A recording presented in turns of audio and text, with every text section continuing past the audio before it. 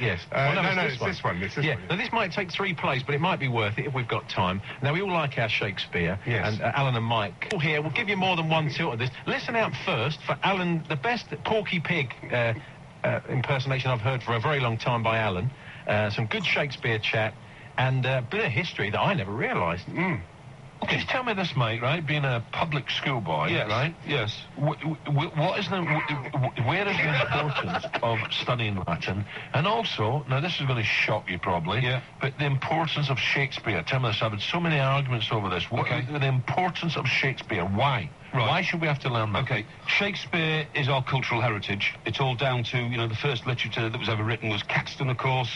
Really? Was it really? I thought he printed it. Yeah, I don't think he wrote it all. I think he had the press. He had the ink on his hand, so it didn't mean he wrote it all. There's publishers as well. There's one little moment there that could pass you by, because it did us the first time we had it. That the idea of Alan discussing Shakespeare. Have a listen to this. But just again, we'll play just the top. We won't go right the way through it, the Caxton point, but we'll get you just the first bit. Listen to Alan's fine Porky Pig again, relive it again, and then the surreal idea of Alan getting into conversations about Shakespeare. Here we go.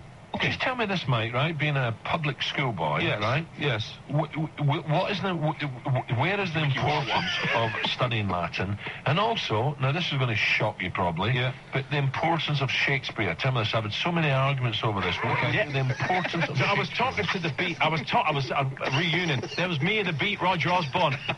I says to the Beat, says, Kev, much ado about what? It's about nothing.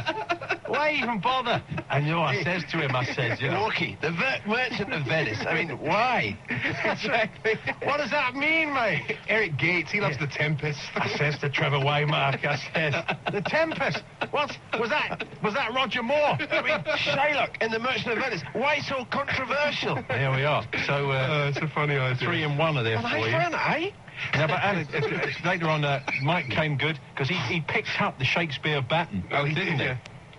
If I'd have thought that he was of the mental capacity to take it, you've got to be very, very tough to face the Aussies. You've got to be tough physically, tough mentally. You've just got to be a tough guy, right? He's not. He's a feeble-minded, loon-faced cream. And I use the expression loon-faced cream because you asked about Shakespeare earlier, and I'm telling you one of the favourite expressions in my reading of Shakespeare, Macbeth, and I have read it extensively, is the loon-faced cream. You read it backwards, I think.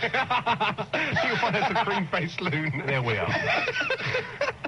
But I'm going to get that loon face cream. I'm going to get some of that loon face cream. I've got a bit of a loon face. And they reckon if you rub it in every night, you start to look normal. Under Main by this guy Argo. And you know it's not on, is it? You know, you give a guy a hard time and, mate, put it to you, Alan, that in fact Argo was right. He had a point. Yes, he did undermine. He split them up. In fact, she ended up dying.